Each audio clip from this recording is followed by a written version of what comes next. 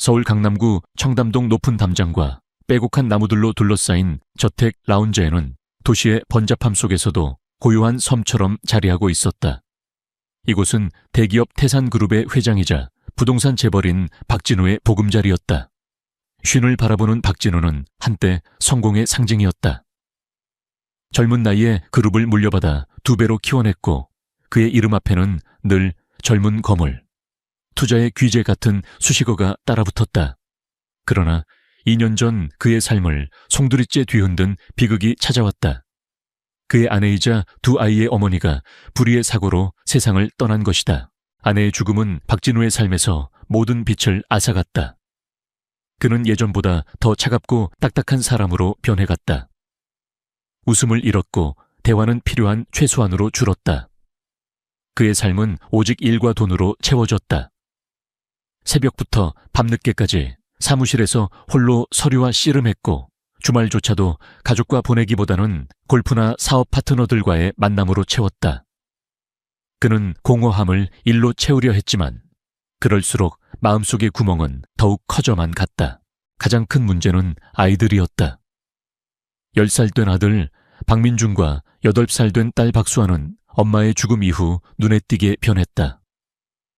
명랑하고 활발했던 민준이는 말수가 줄고 그림자처럼 방에만 틀어박혔고 애교 많던 수아는 사소한 일에도 떼를 쓰고 울음을 터뜨리는 일이 잦아졌다.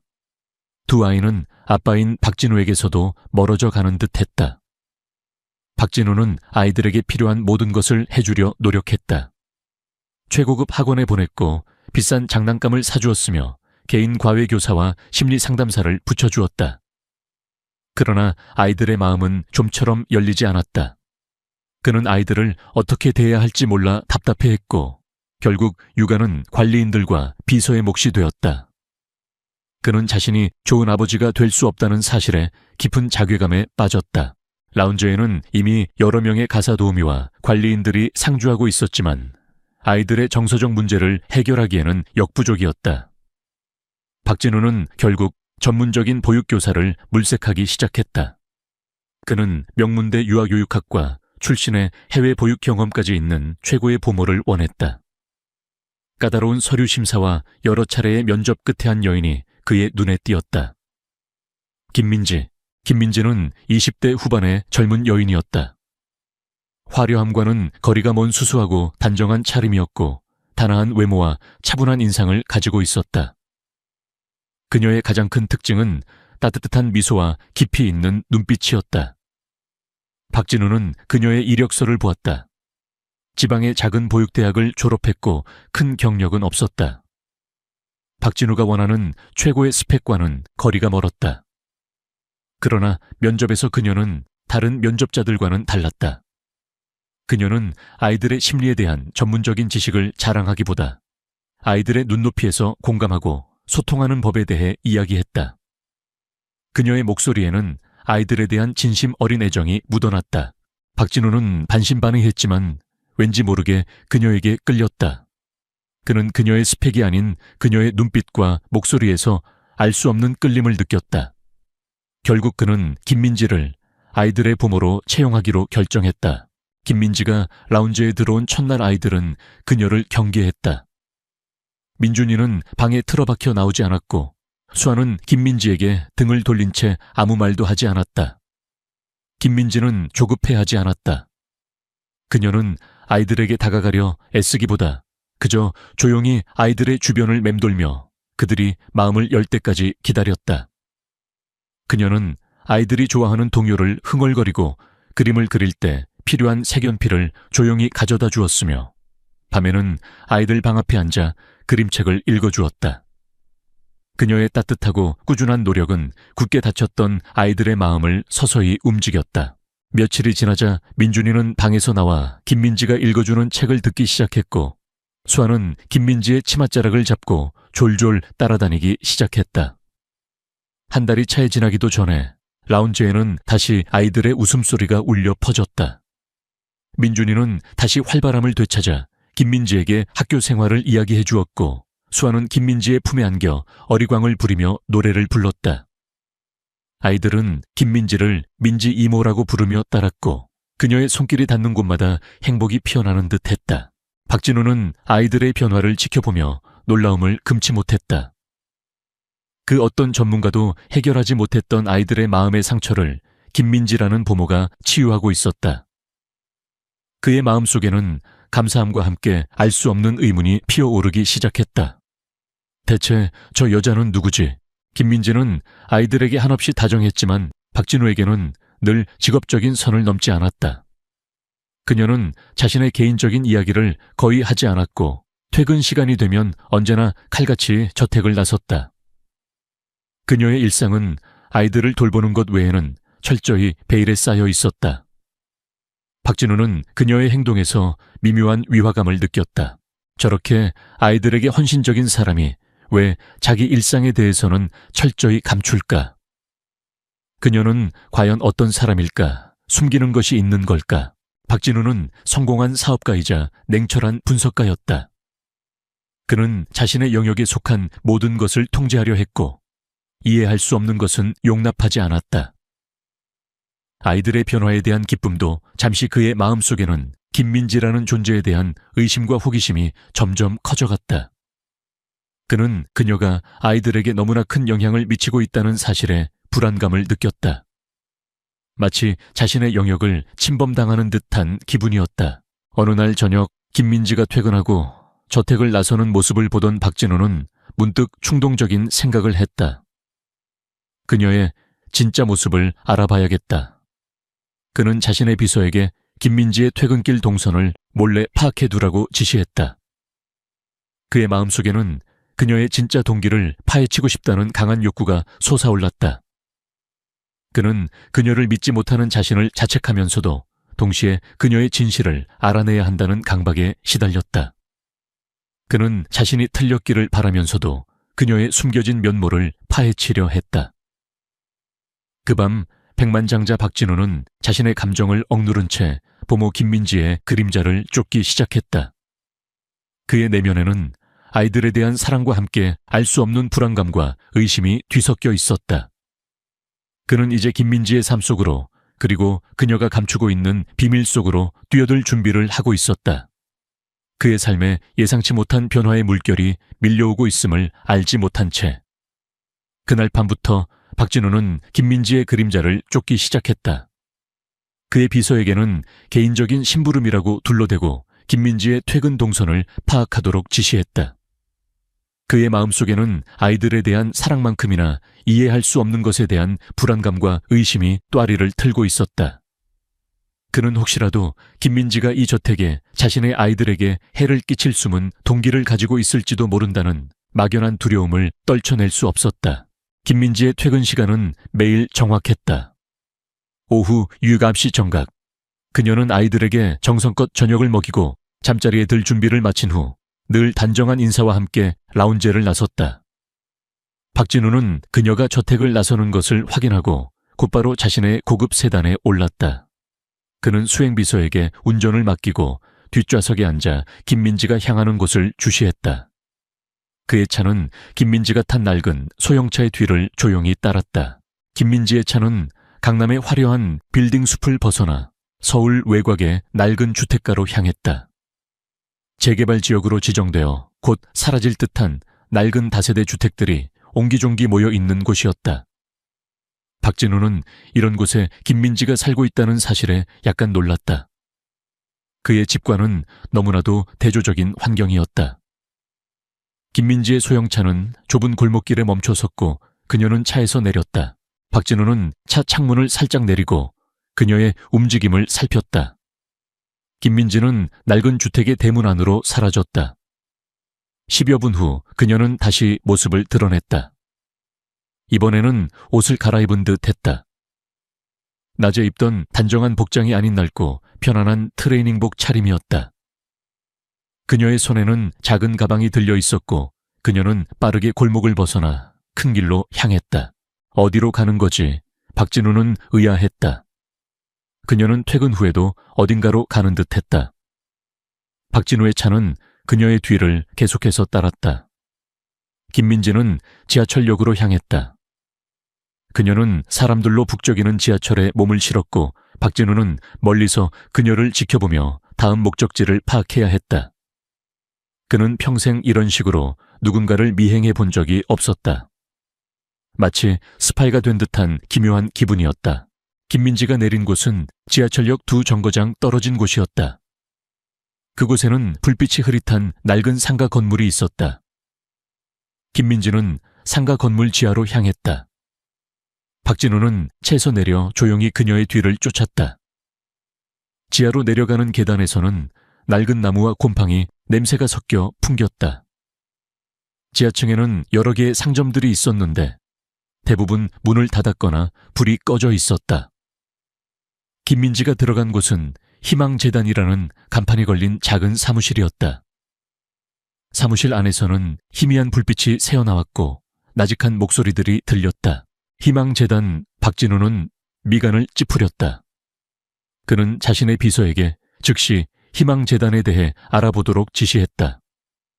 박진우는 1시간 넘게 건물 밖에서 김민지를 기다렸다. 1시간 후 김민지는 사무실에서 나왔다. 그녀의 얼굴은 피곤해 보였지만 그녀의 눈빛 속에는 알 수 없는 따뜻함과 만족감이 서려 있었다. 그녀는 다시 지하철역으로 향했고 그제야 자신의 집으로 돌아가는 듯했다. 다음 날 박진우의 비서에게서 희망재단에 대한 보고가 올라왔다. 희망재단은 소외계층 어린이들을 위한 교육 프로그램을 운영하고 노인들을 위한 무료 급식소를 운영하는 작은 비영리 단체였다. 박진우는 보고서를 읽으며 혼란스러웠다. 단순한 자원봉사인가 아니면 이곳에서 또 다른 일을 하는 건가? 박진우는 김민지의 퇴근 후 행적을 며칠 더 추적했다. 그녀의 일상은 라운지에서 아이들을 돌보고 퇴근 후에는 희망재단에서 자원봉사를 하고 그리고 집으로 돌아가는 단순한 패턴의 반복이었다. 그녀는 결코 화려한 곳에 가지 않았고 값비싼 물건을 사지도 않았다. 그녀의 삶은 놀랍도록 소박하고 검소했다. 하지만 박진우의 의심은 완전히 풀리지 않았다. 어쩌면 이건 다 위장일지도 몰라. 비영리 단체를 이용해 뭔가 다른 것을 꾸미고 있는 건 아닐까. 그는 자신의 다소 비뚤어진 시선을 인정하면서도 한편으로는 그녀의 진짜 동기를 꿰뚫어 보고 싶었다. 그의 마음속에는 아이들에 대한 지나친 애정과 과거의 트라우마가 뒤섞여 의심의 싹을 완전히 잘라내지 못하고 있었다. 김민지가 아이들을 대하는 태도는 진심이었다. 아이들의 눈빛은 거짓말을 하지 않았다. 민준이와 수아는 김민지를 너무나도 따랐고 그녀가 주말에 쉬는 날이면 김민지를 그리워하며 시무룩해했다. 박진우는 자신이 아이들에게 주지 못하는 진심과 따뜻함을 김민지가 채워주고 있다는 사실에 고마움을 느끼면서도 동시에 질투심을 느꼈다. 그가 지닌 막대한 부와 권력으로도 줄 수 없는 것을 김민지는 쉽게 아이들에게 주고 있었다. 박진우는 김민지의 행동을 유심히 관찰하기 시작했다. 그녀는 아이들과 그림을 그릴 때면 아이들의 눈높이에 맞춰 바닥에 엎드렸고 아이들이 잠투정을 할 때면 다정하게 동화를 읽어주며 잠이 들 때까지 머리맡을 지켰다. 그녀는 아이들의 작은 변화에도 민감하게 반응했고 그들의 감정을 섬세하게 읽어냈다. 그녀의 행동 하나하나에는 아이들에 대한 깊은 애정과 인내심이 배어 있었다. 어느 날 저녁 박진우는 서재에서 홀로 업무를 보고 있었다. 그때 거실에서 김민지의 노랫소리가 들려왔다. 그녀는 수아를 무릎에 앉히고 나직이 자장가를 불러주고 있었다. 그 노래는 박진우의 아내가 아이들에게 불러주던 자장가였다. 박진우는 순간적으로 아내와의 추억에 잠겼다. 그의 마음속에 굳게 닫혔던 감정의 문이 미세하게 열리는 듯했다. 하지만 노래가 끝나고 김민지가 수아를 재우러 방으로 들어간 후 박진우의 눈에 미묘한 장면이 포착되었다. 김민지가 수아의 방에서 나오면서 자신의 주머니에서 작은 플라스틱 약통을 꺼내 약을 먹는 모습이었다. 그녀의 얼굴에는 잠깐 스치는 듯한 고통스러운 표정이 스쳐 지나갔고 그녀는 고개를 저으며 쓰게 웃는 듯했다. 그리고는 아무 일 없었다는 듯 다시 평온한 얼굴로 돌아왔다. 박진우는 순간 긴장했다. 약, 무슨 약이지? 혹시 몸이 안 좋은 건가? 그는 그녀가 숨기고 있는 것이 단지 봉사활동만이 아닐 수도 있다는 불길한 예감을 받았다. 그는 자신의 비서에게 다시 지시했다. 김민지 씨의 의료 기록과 건강보험 가입 내역을 은밀히 확인해봐. 그는 자신이 너무 깊이 그녀의 사생활에 침범하고 있다는 사실을 알았다. 하지만 동시에 그의 마음속에는 그녀에 대한 미묘한 걱정과 함께 이 모든 비밀을 파헤치고 싶다는 욕구가 뒤섞여 있었다. 그는 그녀가 아이들에게 해를 끼칠 존재가 아니기를 간절히 바라면서도 그녀의 완벽해 보이는 이면에는 분명 무언가 숨겨진 것이 있을 것이라는 의심을 떨쳐낼 수 없었다. 박진우의 추적은 이제 단순한 의심을 넘어선 그녀의 진짜 삶을 파고드는 집착으로 변해가고 있었다. 그는 자신이 앞으로 어떤 충격적인 진실을 마주하게 될지 알지 못한 채 또 다른 밤의 그림자 속으로 몸을 숨겼다. 박진우는 비서에게 김민지의 의료 기록을 은밀히 확인하도록 지시한 후 마음속의 불안감과 호기심이 뒤섞인 채 잠 못 이루는 밤을 보냈다. 그는 김민지가 아이들을 대하는 진심 어린 태도를 믿으면서도 동시에 그녀가 숨기고 있을지도 모르는 비밀이 자신과 아이들에게 어떤 영향을 미칠지 알 수 없어 초조했다. 그의 성공가도를 달리던 삶은 늘 모든 것을 통제할 수 있었지만 김민지라는 존재는 그에게 미지의 영역이자 통제할 수 없는 불안감 그 자체였다. 며칠 후 비서로부터 김민지의 의료 기록 보고서가 도착했다. 박진우는 떨리는 손으로 보고서를 펼쳤다. 보고서 내용은 그의 예상을 훨씬 뛰어넘는 것이었다. 김민지는 10여 년 전부터 희귀 혈액 질환을 앓고 있었고 꾸준히 약물 치료를 받고 있었다. 주기적으로 수혈을 받아야 하는 상황이었고 그녀의 병원 기록에는 골수 이식만이 유일한 완치 방법이라는 의사의 소견이 명시되어 있었다. 하지만 그녀는 골수 이식을 받지 못하고 있었다. 기증자를 찾지 못했거나 막대한 수술비 때문일 터였다. 보고서를 읽는 내내 박진우의 심장은 격렬하게 뛰었다. 그는 자신의 어리석은 의심에 깊은 후회와 함께 김민지에 대한 미안함이 밀려왔다. 그녀는 아픈 몸을 이끌고도 아이들에게 한없이 밝고 다정한 미소를 보여왔던 것이다. 매일 밤 그녀가 몰래 먹던 약은 단순한 피로회복제가 아니라 생명을 연장시키는 약이었던 셈이다. 박진우는 곧바로 비서에게 김민지의 병원비를 지원하고 가능한 모든 방법을 동원하여 골수 기증자를 찾도록 지시했다. 그는 자신의 능력으로 김민지의 고통을 덜어줄 수 있다는 사실에 작은 안도감을 느꼈다. 그러나 동시에 그의 마음속에는 또 다른 의문이 피어올랐다. 그녀는 왜 이 모든 것을 숨겼을까? 왜 내게 아무 말도 하지 않았을까? 그는 다시 김민지의 뒤를 쫓기 시작했다. 이번에는 의심이 아닌 그녀의 삶을 더 깊이 이해하고 싶다는 마음에서였다. 그는 김민지가 퇴근 후 희망재단에서 봉사활동을 하는 모습을 지켜보았다. 그녀는 아이들에게 책을 읽어주고 노인들의 말벗이 되어주며 무료 급식소에서 봉사하는 등 몸이 아픈 와중에도 자신보다 어려운 이들을 돕는 데 헌신하고 있었다. 그녀는 봉사활동을 마친 후 늘 한성대학교 병원으로 향했다. 박진우는 병원 안으로 들어가는 그녀의 뒤를 조심스럽게 따랐다. 김민지가 향한 곳은 소아암 병동이었다. 그녀는 작은 병실 안으로 들어갔고 박진우는 복도에서 숨죽여 그녀를 지켜보았다. 병실 안에는 10살 남짓한 어린아이가 누워 있었다.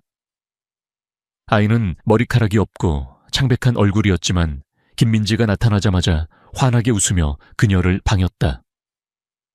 김민지는 아이의 손을 잡고 다정한 눈빛으로 아이와 이야기를 나누기 시작했다.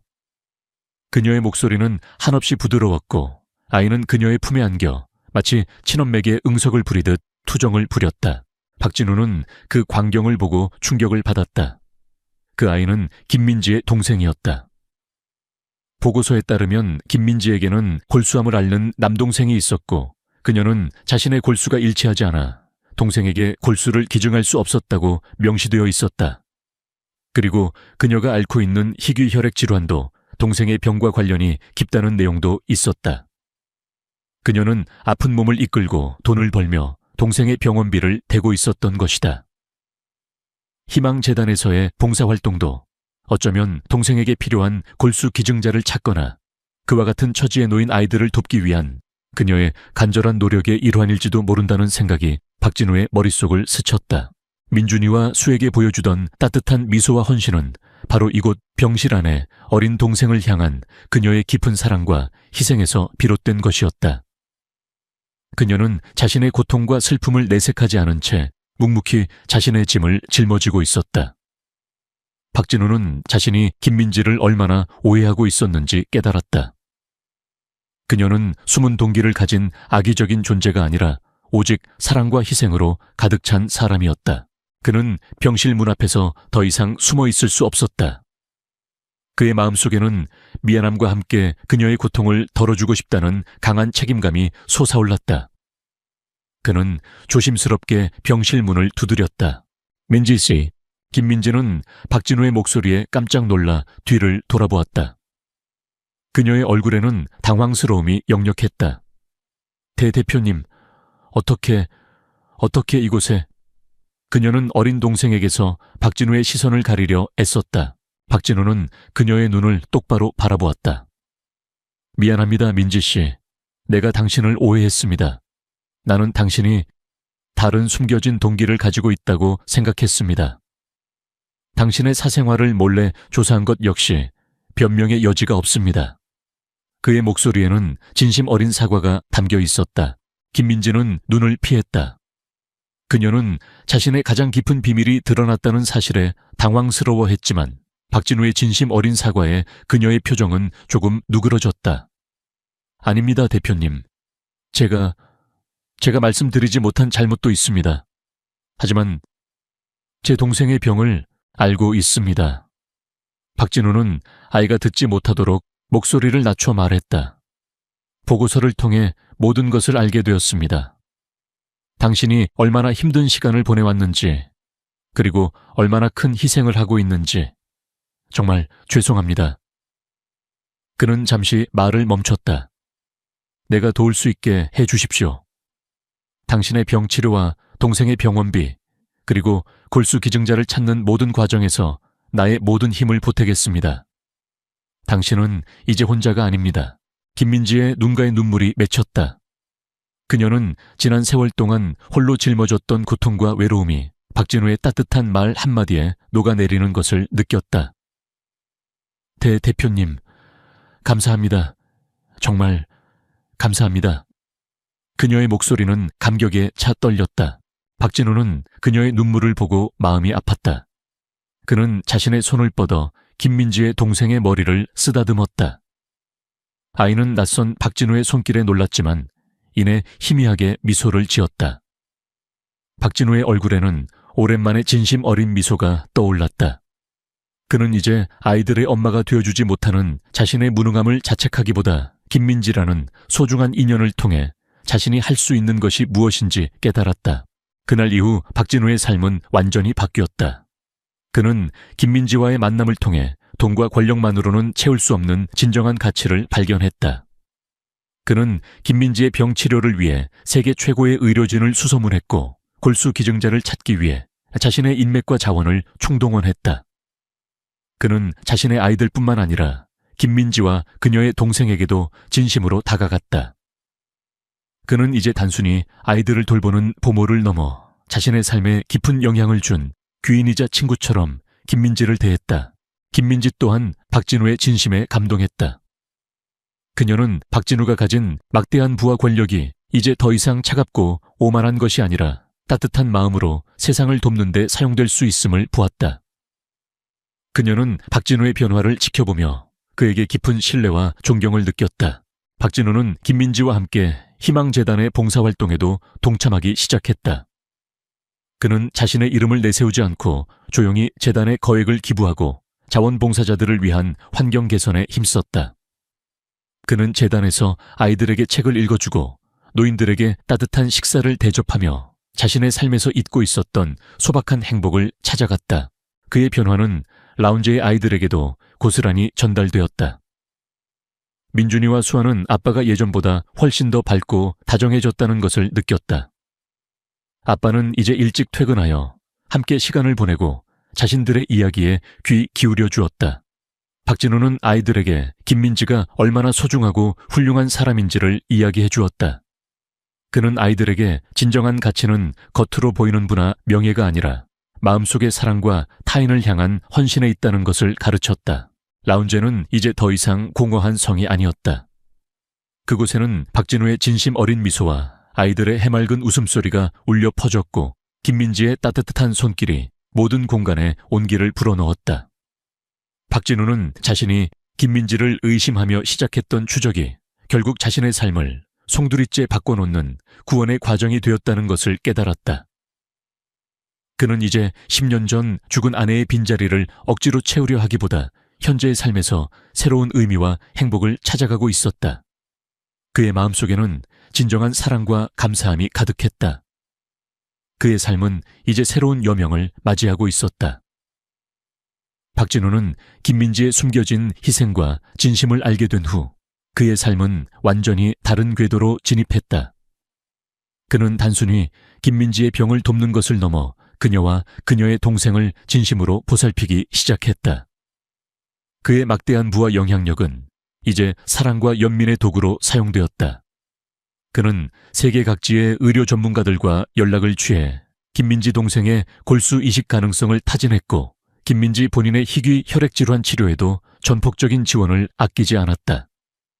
최고급 병실과 최고의 의료진이 그들을 전담하게 되었다. 김민지는 박진우의 진심 어린 도움에 눈물을 감추지 못했다. 그녀는 그가 가진 재력뿐만 아니라 그 안에 숨겨진 따뜻한 마음과 변화하려는 의지에 깊은 감동을 받았다. 그녀는 박진우에게서 단순한 고용주가 아닌 진정으로 자신과 동생을 위하는 가족과 같은 존재를 느끼기 시작했다. 그들의 관계는 이제 고용주와 직원이라는 딱딱한 틀을 넘어선 깊은 신뢰와 존경을 바탕으로 한 인간적인 관계로 발전하고 있었다. 박진우는 매일 병원을 방문하여 김민지와 그녀의 동생을 만났다. 그는 더 이상 딱딱한 사업가가 아니었다. 그는 병실에서 아이의 손을 잡고 동화책을 읽어주었고 김민지와 함께 병원 정원을 산책하며 소소한 일상 이야기를 나누었다.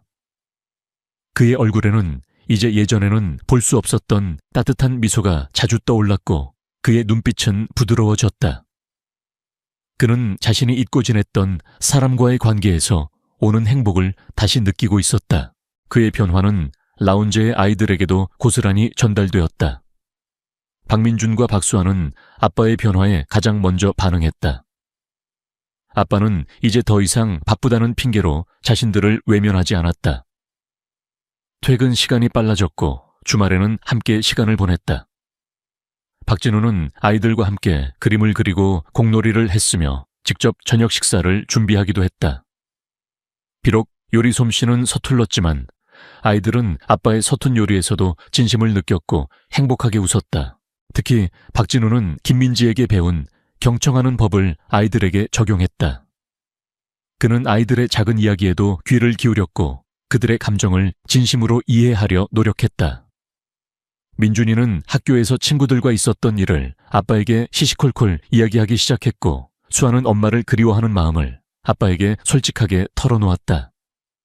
아빠와 아이들 사이에 굳게 닫혔던 마음의 벽이 허물어지고 사랑과 소통의 다리가 놓이기 시작한 것이다. 어느 날 저녁 박진우는 아이들을 재우고 거실에 앉아 있었다. 김민지가 다가와 따뜻한 차 한 잔을 건넸다. 대표님, 아이들이 오늘 정말 행복해했습니다. 그러게 말입니다. 박진우는 미소 지었다. 민지 씨 덕분입니다. 민지 씨가 아이들에게 엄마의 빈자리를 채워주고 있습니다. 그리고 저에게는 어떻게 좋은 아빠가 되어야 하는지 가르쳐주고 있습니다. 그의 목소리에는 진심 어린 감사가 담겨 있었다. 김민지는 희미하게 웃었다. 대표님은 이미 좋은 아빠세요. 아이들은 아빠의 진심을 누구보다 잘 알고 있습니다. 박진우는 김민지의 눈을 바라보았다. 저는 한때 세상의 모든 것을 돈으로 살 수 있다고 생각했습니다. 아이들의 행복까지도요. 하지만 민지 씨를 만나고 민지 씨의 삶을 보면서 제가 얼마나 어리석었는지 깨달았습니다. 진정한 가치는 돈으로 살 수 없다는 것을요. 그는 잠시 말을 멈췄다.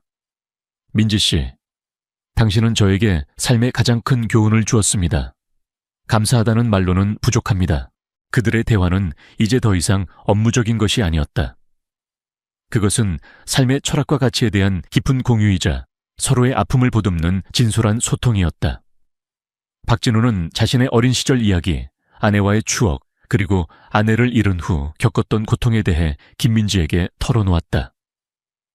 김민지 또한 자신의 가족 이야기, 동생의 병, 그리고 삶의 어려움 속에서도 희망을 잃지 않았던 자신의 삶에 대해 이야기했다. 그들은 서로의 약점과 상처를 보듬어주며 진정한 의미의 유대감을 형성했다. 박진우는 김민지를 통해 희망재단의 활동에 더욱 적극적으로 참여하게 되었다. 그는 이제 단순히 재정적인 지원을 넘어 직접 재단 운영에 참여하고 봉사활동에도 동참했다. 그는 아이들에게 책을 읽어주고 노인들의 말벗이 되어주며 자신의 손으로 직접 무료급식을 배식하기도 했다. 그는 봉사활동을 통해 자신의 삶이 진정으로 풍요로워지는 것을 느꼈다. 그의 마음속에 굳게 닫혔던 벽들이 하나둘씩 허물어지는 듯 했다. 특히 기억에 남는 것은 한성대학교 병원 소아암병동에서 김민지의 동생을 만났던 일이었다. 아이는 박진우를 처음에는 어색해했지만 박진우가 매일 찾아와 동화책을 읽어주고 작은 선물들을 가져다 주자 이내 마음을 열었다. 아이는 박진우를 아저씨라고 부르며 따랐고 그의 얼굴을 볼 때마다 환하게 웃었다. 박진우는 아이의 해맑은 웃음에서 깊은 위로와 함께 생명의 소중함을 다시 한번 깨달았다. 그는 아이에게 자신의 골수를 기증할 수 있는지 검사까지 받았다. 비록 일치하는 골수는 아니었지만 그의 진심은 아이와 김민지에게 고스란히 전해졌다. 박진우의 변화는 그의 주변 사람들에게도 영향을 미쳤다. 그의 비서와 회사 직원들은 그의 변화된 모습에 놀라워하면서도 그를 더욱 존경하게 되었다.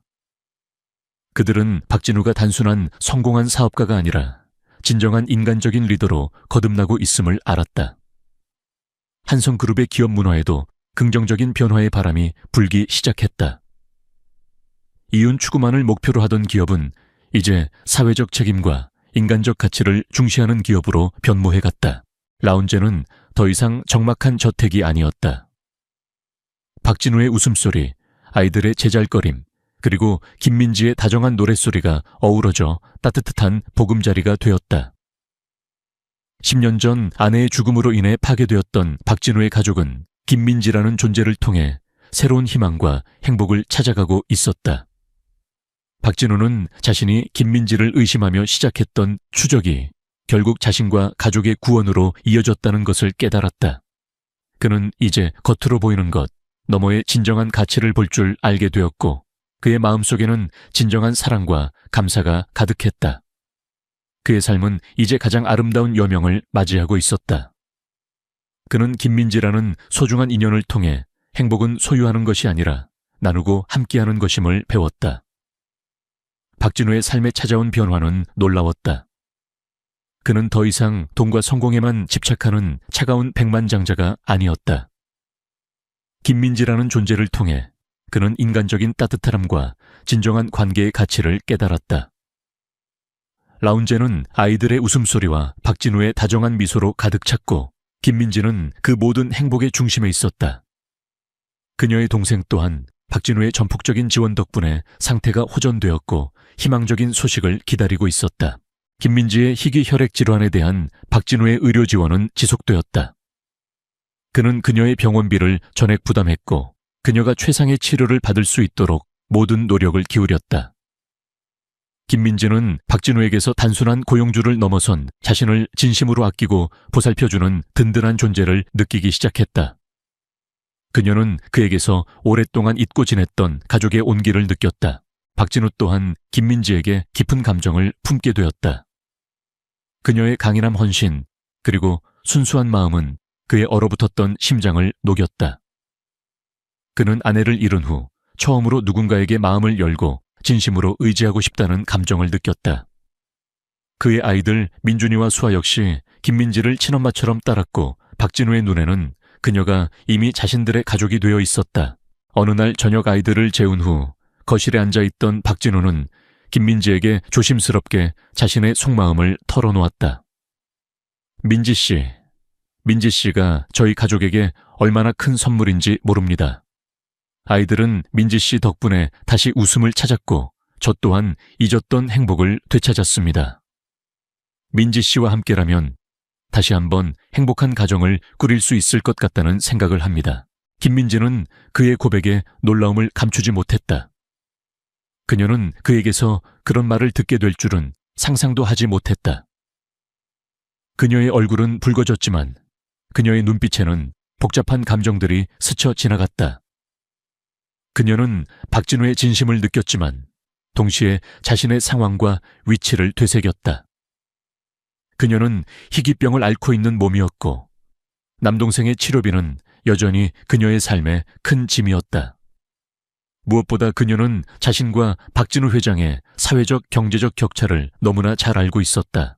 대표님, 저는 부족한 사람입니다. 김민지는 떨리는 목소리로 말했다. 저 같은 사람이 대표님 곁에 그리고 아이들 곁에 어울릴까요? 박진우는 그녀의 손을 부드럽게 잡았다. 민지 씨, 당신은 부족하지 않습니다. 오히려 내가 부족합니다. 돈과 명예가 아닌 진정한 사랑과 따뜻함의 가치를 민지 씨가 가르쳐 주셨습니다. 나에게 필요한 것은 민지 씨의 따뜻한 마음이지 배경이나 스펙이 아닙니다. 아이들도 민지 씨를 진심으로 따르고 있습니다. 우리 함께 새로운 가족을 만들 수 있을까요? 그의 눈빛에는 진심 어린 간절함이 담겨 있었다.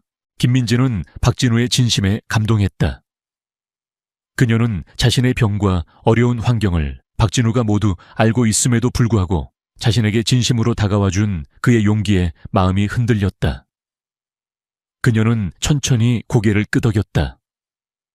대표님, 감사합니다. 그녀의 눈에서는 행복의 눈물이 흘러내렸다. 그 순간 라운지는 새로운 희망과 사랑으로 가득 찼다. 박진우와 김민지는 서로의 손을 잡고 새로운 시작을 다짐했다.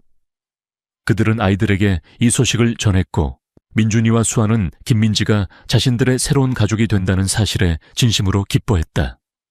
그들은 김민지를 새로운 엄마라고 부르며 그녀의 품에 안겼다. 라운제는 이제 진정한 의미의 집이 되었다. 그러나 행복은 영원할 것 같았지만 예상치 못한 시련은 언제나 찾아오는 법이었다. 박진우와 김민지의 관계는 곧 외부로 알려지기 시작했고 그들의 소식은 재계와 언론에 큰 파장을 불러왔다. 태산그룹 회장 한산 회장 박진우, 평범한 부모와 재혼설이라는 헤드라인이 신문 한 면을 장식했다. 박진우의 주변 사람들은 김민지와의 관계를 이해하지 못했다. 그의 친척들과 재계 인사들은 박진우가 평범한 부모와 결혼하는 것을 결사반대했다. 회장님, 이게 무슨 말입니까? 태산그룹의 명예가 땅에 떨어질 겁니다. 아무리 그래도 부모와 재혼이라니요. 그들은 김민지가 박진우의 재산을 노리고 접근했다고 비난하며 그녀의 과거와 배경을 조사하기 시작했다. 특히 박진우의 비서실장 강현우는 강하게 반대했다.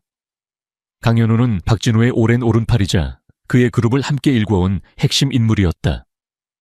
그는 박진우의 모든 것을 통제하려 했고 김민지가 그의 삶에 들어오는 것을 견딜 수 없어 했다.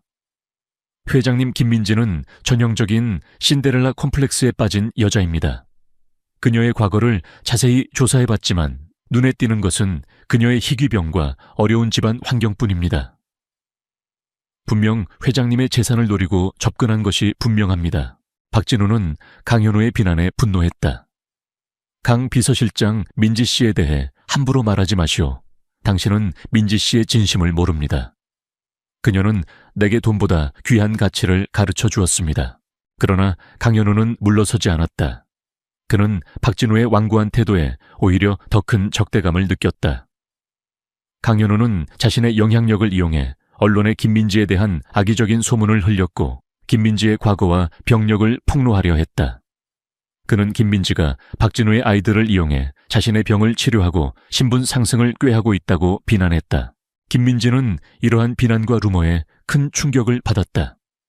그녀는 자신이 박진우와 아이들에게 해가 될까봐 두려웠다. 대표님, 저 때문에 대표님의 명예에 먹칠을 하는 것 같습니다. 차라리 제가 떠나는 것이... 그녀는 박진우의 곁을 떠나려 했다. 무슨 소립니까? 박진우는 단호하게 그녀의 말을 끊었다. 민지 씨가 왜 떠납니까? 나는 민지 씨를 믿습니다. 그리고 우리는 이제 함께 할 겁니다. 그들의 비난은 중요하지 않습니다. 중요한 것은 우리의 진심입니다. 박진우는 김민지의 손을 꽉 잡았다. 그는 자신의 사랑을 지키고 김민지의 명예를 회복시키기 위해 정면 돌파를 결심했다. 그는 언론과의 인터뷰를 자청하고 김민지와의 관계와 그녀의 희생, 그리고 그녀가 자신의 삶과 회사에 가져다 준 긍정적인 변화에 대해 솔직하게 이야기하려 했다. 그는 모든 비난과 오해를 사랑과 진심으로 맞서 싸울 준비를 마쳤다. 그러나 강현우의 방해는 예상보다 더 집요했다. 그는 박진우의 언론 인터뷰를 막으려 했고 박진우의 재산을 노리는 다른 친척들과 결탁하여 김민지를 궁지에 몰아넣으려 했다. 그는 심지어 김민지의 동생이 입원해 있는 병원에까지 압력을 가하여 김민지에게 심리적 고통을 주려 했다. 강현우는 박진우의 인간적인 변화를 이해하지 못했고 오직 돈과 권력만을 좇는 자신의 방식을 고수하려 했다. 한성테크의 주가가 흔들리기 시작했고 박진우의 그룹 경영권에도 위기가 찾아왔다. 박진우는 김민지와의 사랑을 지키고 가족의 행복을 지키기 위해 그리고 자신의 변화된 가치를 증명하기 위해 거대한 싸움을 시작해야 했다. 그는 이제 돈과 권력을 가진 백만장자로서의 싸움이 아니라 사랑과 진심을 가진 한 인간으로서의 싸움을 시작해야 했다. 그리고 이 모든 시련 속에서 김민지와의 사랑은 더욱 단단해지고 있었다. 그들의 사랑은 이제 단순한 개인의 감정을 넘어 편견과 물질 만능주의에 맞서는 숭고한 싸움이 되었다. 박진우와 김민지의 사랑은 예상치 못한 거대한 파도를 맞이했다. 강현우 비서실장의 집요한 방해, 공작과 재계 친척들의 맹렬한 반대는 라운제를 다시 한번 폭풍 속으로 몰아넣었다. 언론은 연일 태산그룹 회장의 스캔들이라는 자극적인 기사를 쏟아냈고 김민지의 과거와 병력은 대중에게 여과 없이 노출되었다. 그녀는 졸지에 돈을 노린 꽃뱀이자 병든 몸으로 신분 상승을 꾀하는 자로 매도되었다. 김민지는 이러한 비난에 큰 상처를 받았다. 그녀는 병원에 입원해 있던 동생에게까지 불똥이 튈까봐 전전긍긍했다. 대표님, 죄송합니다. 저 때문에 대표님과 아이들이 힘든 시간을 보내는 것 같습니다. 제가 사라지면... 그녀는 눈물을 흘리며 박진우의 곁을 떠나려 했다. 무슨 소립니까? 박진우는 단호하게 그녀의 손을 잡았다. 이 모든 것은 민지 씨의 잘못이 아닙니다. 비난받아야 할 자들은 진실을 외면하고 탐욕에 눈이 먼 자들입니다. 나는 민지 씨를 믿습니다. 그리고 이 시련을 함께 이겨낼 겁니다. 그의 목소리에는 흔들림 없는 사랑과 굳건한 결의가 담겨 있었다. 박진우는 강현우의 방해 공작에 맞서기 위해 자신의 모든 역량을 동원했다. 그는 법률팀을 소집하여 김민지에 대한 허위사실, 유포와 명예훼손에 대해 강력하게 대응하도록 지시했다. 또한 언론과의 소통 방식을 바꿨다. 그는 더 이상 자신을 변호하거나 김민지의 결백을 주장하기보다 김민지가 자신의 삶과 아이들에게 가져다 준 긍정적인 변화와 그녀의 헌신적인 사랑에 대해 진심으로 이야기하기 시작했다. 그는 언론 인터뷰에서 김민지가 자신의 아픈 동생을 위해 얼마나 큰 희생을 감수하고 살아왔는지, 희망재단에서 얼마나 진심으로 봉사해왔는지, 그리고 자신의 아이들에게 얼마나 따뜻한 사랑을 주었는지를 담담하게 풀어냈다. 그는 자신이 김민지를 처음 만났을 때 가졌던 오만함과 편견을 솔직하게 고백했고 그녀를 통해 진정한 사랑과 인간적인 가치를 깨달았다고 말했다. 저는 한때 돈과 성공이 전부인 줄 알았습니다. 사람의 가치도 스펙과 지위로 판단했습니다. 박진우는 카메라를 응시하며 말했다. 그러나 김민지 씨를 만나고 그녀의 삶을 지켜보면서 제가 얼마나 어리석었는지 깨달았습니다. 그녀는 학위도 배경도 화려한 경력도 없지만 그 어떤 박사 학위보다도 깊은 지혜와 그 어떤 재벌보다도 큰 사랑을 가지고 있는 사람입니다. 그녀는 저에게 잃어버렸던 가족의 따뜻함과 삶의 진정한 의미를 되찾아 주었습니다. 그의 진심 어린 고백은 대중에게 큰 울림을 주었다. 처음에는 자극적인 가십으로 치부했던 대중들은 박진우의 진솔한 이야기에 점차 귀를 기울였다. 그들은 성공한 백만장자의 신데렐라 스토리가 아닌 인간적인 성숙과 진정한 사랑을 찾아가는 한 남자의 이야기에 감동했다. 김민지에 대한 비난 여론은 점차 사그라들고 오히려 그녀의 강인함과 순수한 마음에 대한 지지가 늘어났다. 하지만 강현우는 포기하지 않았다. 그는 박진우의 언론 플레이가 통하자 더욱 악랄한 방법으로 그들을 공격했다.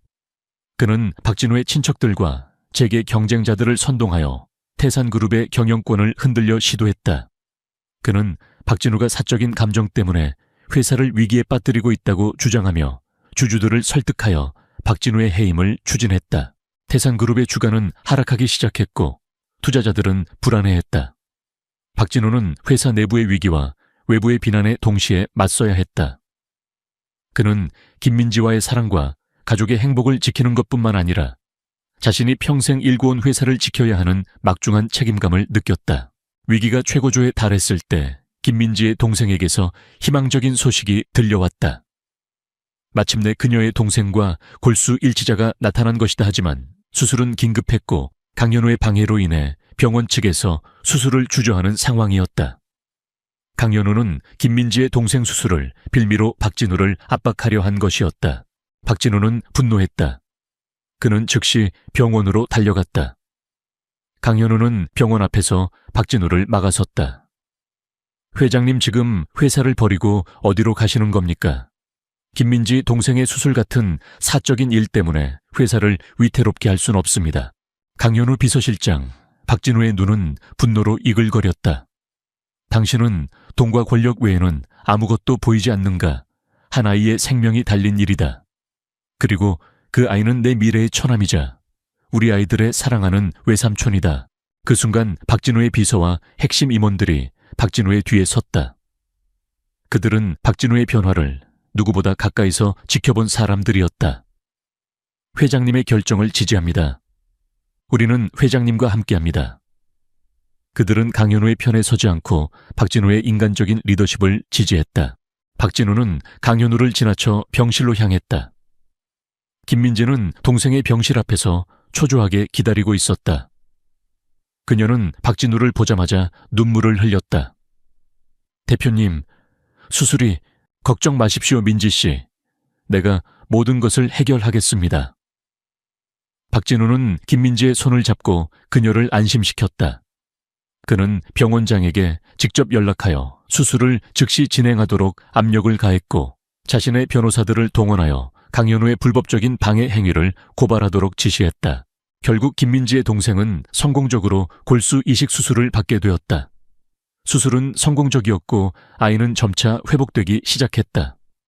김민지는 감격에 겨워 박진우의 품에 안겨 흐느꼈다. 감사합니다. 대표님, 정말 감사합니다. 이 사건은 강현우의 마지막 발악이자 그의 몰락을 알리는 신호탄이 되었다. 그의 비인간적인 행동과 사적인 복수심은 재계와 언론의 비난을 샀고 결국 그는 태산그룹에서 해임되었다. 그의 탐욕과 권력욕은 그를 파멸로 이끌었다. 태산그룹의 경영권 위기는 박진우의 진정성과 직원들의 지지 덕분에 해소되었다. 그는 주주들에게 자신의 변화된 경영 철학과 인간적인 가치를 최우선으로 하는 미래 비전을 제시했다. 투자자들은 그의 진솔한 모습에 다시 신뢰를 보냈고 태산그룹의 주가는 안정세를 되찾았다. 박진우는 이제 더 이상 고독한 백만장자가 아니었다. 그는 김민지라는 소중한 동반자와 다시 웃음을 찾은 아이들, 그리고 자신을 진심으로 따르는 직원들과 함께 진정한 행복을 찾아가고 있었다.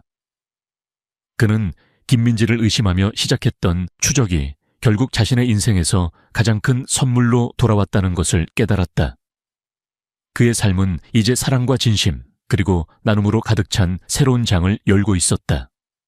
그는 이제 겉으로 보이는 부와 명예가 아닌 내면의 풍요로움과 진정한 관계에서 오는 행복이 가장 소중하다는 것을 온몸으로 보여주는 리더가 되었다.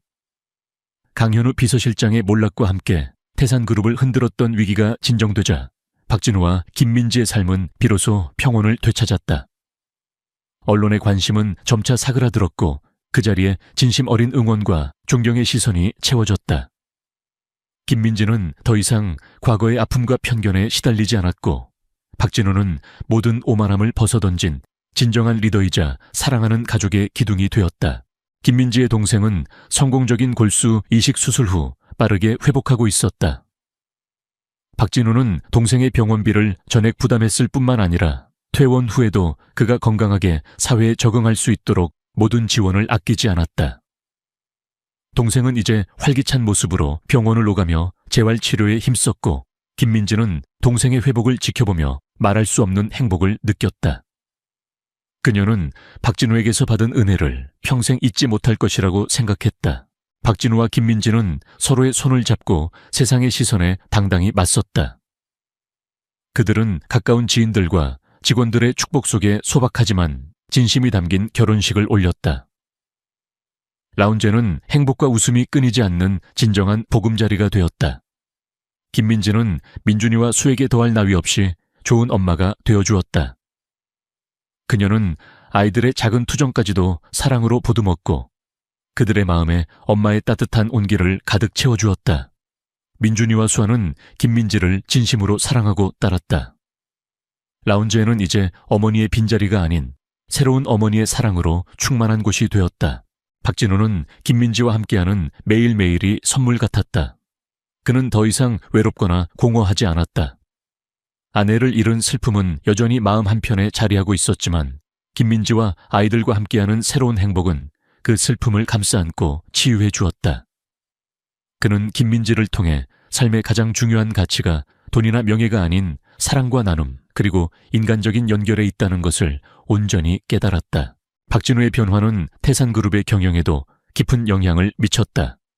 그는 과거의 실수를 되풀이하지 않기 위해 사람 중심 경영을 더욱 강화했다. 그는 직원 복지와 사회적 책임을 최우선 가치로 내세웠고 기업의 이윤을 사회에 환원하는 데 적극적으로 나섰다. 특히 그는 김민지가 활동했던 희망재단에 전폭적인 지원을 아끼지 않았다. 박진우는 희망재단을 통해 소외된 이웃들과 아이들에게 실질적인 도움을 주었다. 그는 자신의 재력을 이용해 재단의 규모를 확장하고 더 많은 이들에게 따뜻한 손길을 내밀었다. 김민지 또한 재단의 활동에 적극적으로 참여하여 자신의 경험과 사랑으로 어려운 이들을 보듬었다. 그들은 함께 봉사활동에 참여하며 진정한 나눔의 의미를 몸소 실천했다. 박진우는 재단에서 아이들에게 책을 읽어주고 노인들의 말벗이 되어주며 자신의 삶에서 잃어버렸던 소박한 행복과 감사를 다시 찾았다. 한 번은 희망재단에서 운영하는 무료급식소에서 봉사를 하던 중이었다. 박진우는 직접 앞치마를 두르고 식사를 배식하고 있었고 김민지는 아이들의 식판을 챙겨주며 미소 짓고 있었다. 그때 한 노인이 박진우에게 다가와 그의 손을 잡았다. 회장님, 이렇게 직접 나오셔서 봉사하시다니 정말 대단하십니다. 예전에는 보지 못했던 모습이십니다. 박진우는 노인의 말에 겸손하게 답했다. 제가 배울 것이 더 많습니다, 어르신. 이곳에서 저는 진정한 삶의 지혜를 배웁니다. 그는 김민지를 보며 따뜻하게 미소 지었다. 그의 눈에는 진심 어린 행복이 담겨 있었다. 그의 이러한 변화는 태산그룹의 이미지를 혁신적으로 바꾸어 놓았다. 탐욕스러운 재벌 기업이라는 과거의 이미지는 사라지고 인간적인 기업, 사회적 책임을 다하는 기업이라는 새로운 이미지가 자리 잡았다. 태산그룹의 주가는 다시 상승했고 사회 전반에서 그들의 변화를 긍정적으로 평가했다.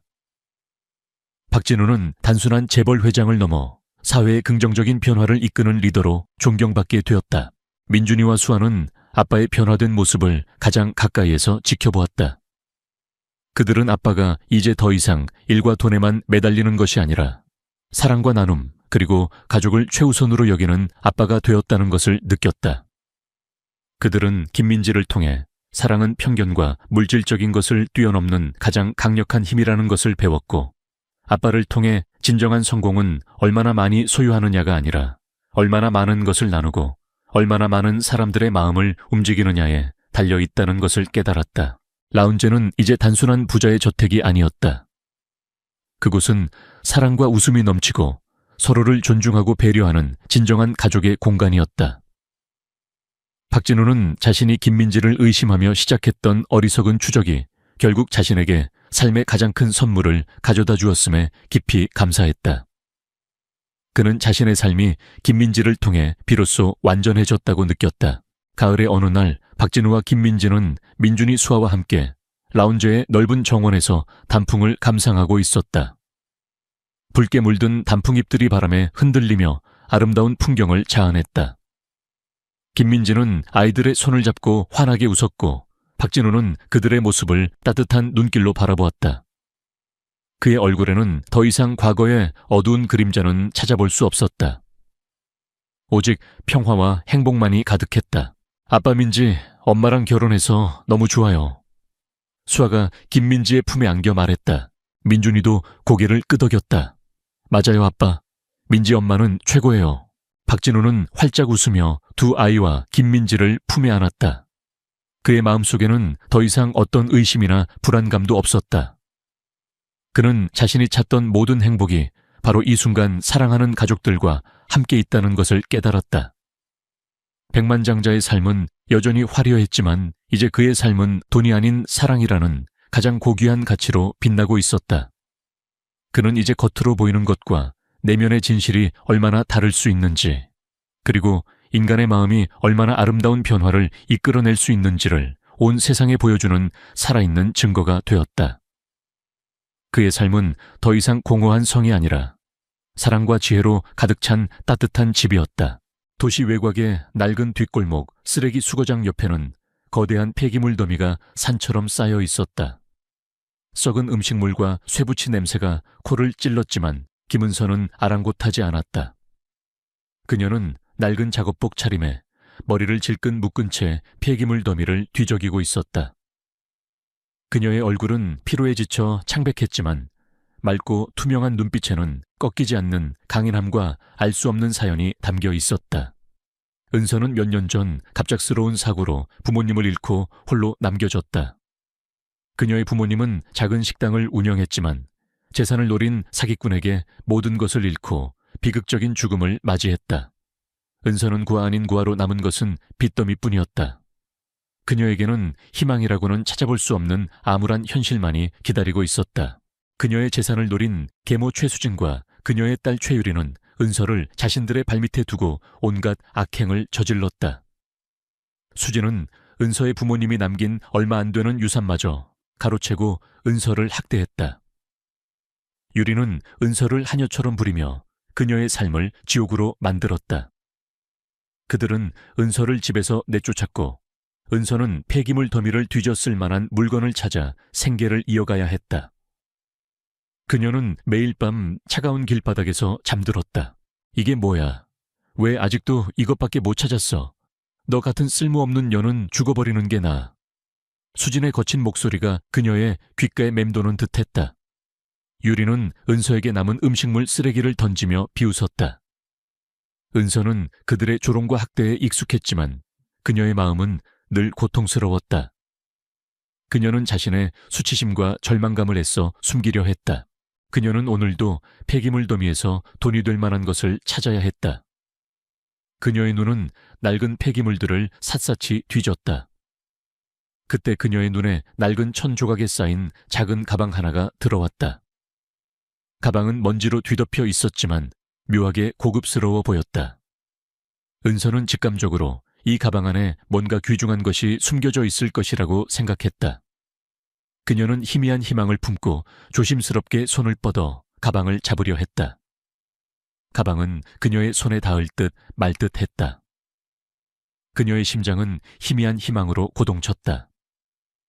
이 가방이 그녀의 삶을 바꿀 수 있을지도 모른다고 생각했다.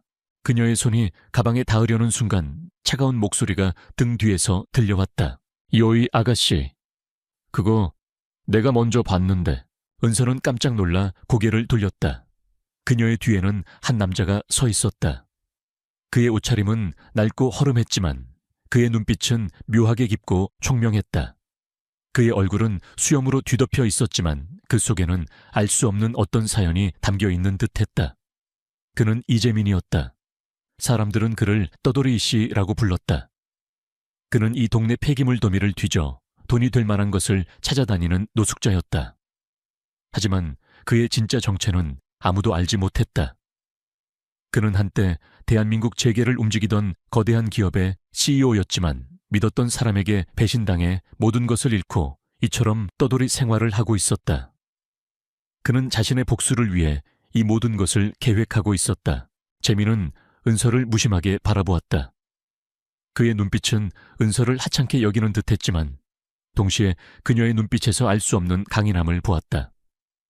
그는 은서에게서 자신이 오랫동안 잊고 지냈던 어떤 것을 보았다. 그것은 단순한 동정심이 아니었다. 그것은 마치 잊고 지냈던 어떤 기억을 떠올리게 하는 듯한 강렬한 느낌이었다. 그의 마음속에서 잠들어 있던 어떤 감정이 서서히 깨어나는 듯했다. 그게 죄송합니다. 제가 먼저 봤다고 생각해서. 은서는 떨리는 목소리로 말했다. 그녀는 자신이 재민에게서 가방을 빼앗으려 했다는 사실에 부끄러움을 느꼈다. 그녀는 가방을 포기하고 돌아서려 했다. 그때 재민은 은서에게 다가가 낡은 천 가방을 그녀의 손에 쥐어주었다. 이봐 아가씨, 당신은 나보다 더 필요한 것 같군. 가져가. 하지만 명심해. 이 가방 안에는 위험한 것이 들어있을 수도 있으니 함부로 열지 마. 재민의 목소리는 차분했지만 그 속에는 알 수 없는 경고가 담겨 있었다. 은서는 재민의 예상치 못한 친절에 놀랐다. 그녀는 그에게 감사함을 느꼈지만 동시에 그의 말에 알 수 없는 불안감을 느꼈다. 김은서는 이재민의 예상치 못한 친절에 놀라움을 금치 못했다. 낡은 천 가방을 품에 안은 채 그녀는 재민의 뒷모습을 바라보았다.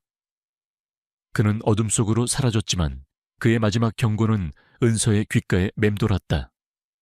이 가방 안에는 위험한 것이 들어있을 수도 있으니 함부로 열지 마. 은서는 가방을 열어보고 싶었지만 그의 경고에 쉽사리 손이 가지 않았다. 은서는 폐기물 더미를 떠나 자신의 작은 보금자리로 향했다. 그곳은 낡고 비좁은 쪽방이었다. 그녀는 가방을 조심스럽게 내려놓고 그 안에 무엇이 들어있을지 궁금해 밤새 잠을 설쳤다. 다음 날 아침 그녀는 용기를 내어 가방을 열었다. 가방 안에는 낡은 옷가지들과 함께 희미하게 빛나는 작은 금속 상자 하나가 들어있었다. 상자의 표면은 낡고 녹슬어 있었지만 묘하게 정교해 보였다. 그리고 그 상자에서는 재민이 언급했던 위험한 냄새가 희미하게 풍겨져 나왔다. 은서는 상자를 열 방법을 찾기 시작했다. 그녀는 망치로 부수거나 쇠지렛대로 열어보려 했지만 상자는 꿈쩍도 하지 않았다. 상자의 표면에는 알 수 없는 문양과 함께 복잡한 숫자 배열이 새겨져 있었다. 은서는 직감적으로 이 상자가 단순한 금속 상자가 아니라 어떤 비밀스러운 장치라는 것을 깨달았다. 그녀는 상자에 대한 궁금증과 두려움을 동시에 느꼈다. 한편 이재민은 은서에게 가방을 건넨 후에도 그녀를 잊지 못했다. 그의 머릿속에는 은서의 창백한 얼굴과 강인한 눈빛이 맴돌았다. 그는 은서에게서 자신이 오랫동안 잊고 지냈던 순수함과 강인함을 보았다. 재민은 자신의 삶이 과거의 복수심으로 인해 너무나 메말라 있었다는 것을 깨달았다. 그는 은서의 존재가 자신에게 어떤 새로운 의미를 안겨줄 것이라고 직감했다. 재민은 겉으로는 여전히 떠돌이 이씨로 살아가고 있었다. 그는 낮에는 폐기물 더미를 뒤지고 밤에는 낡은 여관방에서 지냈다. 하지만 그의 진짜 정체는 아무도 알지 못했다. 그는 한때 대한민국 재계를 움직이던 거대한 기업의 CEO였다. 그의 이름은 신성그룹의 회장 이재민. 그는 믿었던 친구에게 배신당해 모든 것을 잃고 이처럼 떠돌이 생활을 하고 있었다. 그는 자신의 복수를 위해 이 모든 것을 계획하고 있었다. 재민은 은서의 주변을 맴돌며 그녀의 삶을 관찰했다. 그는 은서가 낮에는 식당에서 아르바이트를 하고 밤에는 폐기물 더미를 뒤졌을 만한 물건을 찾아 생계를 이어간다는 것을 알아냈다. 그녀는 항상 피곤해 보였지만 그녀의 얼굴에는 꺾이지 않는 의지가 담겨 있었다. 재민은 은서의 강인함과 순수함에 깊이 감동했다. 그는 은서가 자신이 오랫동안 잃고 지냈던 인간적인 온기와 희망을 가지고 있다는 것을 직감했다. 어느 날 은서는 우연히 재민이 폐기물 더미에서 주운 낡은 시계를 고치고 있는 것을 보았다. 재민의 손놀림은 섬세하고 능숙했다. 그는 시계 수리 전문가 같았다. 은서는 재민의 예상치 못한 능력에 놀랐지만 동시에 그에게서 알 수 없는 신뢰를 느꼈다. 그녀는 재민에게 자신이 가진 금속 상자를 보여주고 싶다는 충동을 느꼈다. 은서는 재민에게 다가가 자신이 발견한 금속 상자를 보여주었다. 아저씨, 혹시 이것 좀 고쳐주실 수 있나요? 제가 폐기물 더미에서 주웠는데 이게 잘 열리지 않아서요. 은서의 목소리는 조심스러웠다. 재민은 은서가 내민 금속 상자를 보고 깜짝 놀랐다. 그것은 자신이 잃어버렸던 비밀 금고였다. 그 안에는 자신의 모든 복수 계획과 관련된 중요 자료들이 담겨 있었다. 그는 은서가 이 상자를 찾아냈다는 사실에 경악했지만 이내 침착함을 되찾았다. 그는 상자의 표면에 새겨진 문양을 보았다. 그것은 신성그룹의 비밀 로고였다. 재민은 은서의 눈을 똑바로 응시했다. 이 상자를 어디서 찾았습니까? 그리고 이 상자 안에 무엇이 들어있다고 생각합니까? 그의 목소리는 차가웠지만 그 속에는 알 수 없는 긴장감이 담겨 있었다. 은서는 재민의 질문에 망설였다. 그녀는 그의 눈빛에서 알 수 없는 위협을 느꼈다. 하지만 그녀는 자신이 솔직하게 이야기해야 한다고 생각했다. 제가 폐기물 더미에서 주웠습니다. 이 안에 무엇이 들어있는지는 모르겠습니다. 하지만 아저씨의 말이 맞았습니다. 이 안에서 이상한 냄새가 납니다. 은서의 목소리는 떨렸지만 그 속에는 강한 결의가 담겨 있었다. 재민은 은서의 말을 듣고 놀라움을 금치 못했다. 그녀는 그가 생각했던 것보다 훨씬 더 강하고 순수한 여인이었다. 그는 그녀에게 자신의 모든 것을 도와주겠다고 다짐했다. 그는 상자를 열 방법을 찾아내겠다고 약속했다. 재민은 은서의 손을 꽉 잡았다. 그의 손은 거칠었지만 그 속에는 알 수 없는 따뜻함이 담겨 있었다. 은서는 재민의 손에서 알 수 없는 위로와 함께 자신을 지켜줄 것 같은 든든함을 느꼈다. 그녀는 그에게서 자신이 오랫동안 잊고 지냈던 인간적인 온기를 보았다. 김은서는 이재민 아저씨가 자신이 발견한 금속 상자를 보고 놀랐다는 것을 눈치챘다. 그의 눈빛은 묘하게 흔들렸지만 이내 침착함을 되찾았다. 은서는 그가 이 상자에 대해 알고 있다는 것을 직감했다. 재민은 은서에게 상자를 어디서 찾았는지, 그리고 상자 안에 무엇이 들어있다고 생각하는지 물었다. 은서는 자신의 초라한 현실을 그에게 보여주고 싶지 않았지만 그의 눈빛에서 알 수 없는 진심을 읽었다. 그녀는 자신이 솔직하게 이야기해야 한다고 생각했다. 제가 폐기물 더미에서 주웠습니다. 이 안에 무엇이 들어있는지는 모르겠습니다. 하지만 아저씨의 말이 맞았습니다. 이 안에서 이상한 냄새가 납니다. 은서의 목소리는 떨렸지만 그 속에는 강한 결의가 담겨 있었다. 재민은 은서의 말을 듣고 놀라움을 금치 못했다. 그녀는 그가 생각했던 것보다 훨씬 더 강하고 순수한 여인이었다. 그는 그녀에게 자신의 모든 것을 도와주겠다고 다짐했다. 그는 상자를 열 방법을 찾아내겠다고 약속했다. 재민은 은서의 손을 꽉 잡았다. 그의 손은 거칠었지만 그 속에는 알 수 없는 따뜻함이 담겨 있었다. 은서는 재민의 손에서 알 수 없는 위로와 함께 자신을 지켜줄 것 같은 든든함을 느꼈다. 그녀는 그에게서 자신이 오랫동안 잊고 지냈던 인간적인 온기를 보았다. 재민은 은서의 앞에서 금속 상자를 열기 시작했다. 그는 상자의 표면에 새겨진 문양과 숫자 배열을 유심히 살폈다.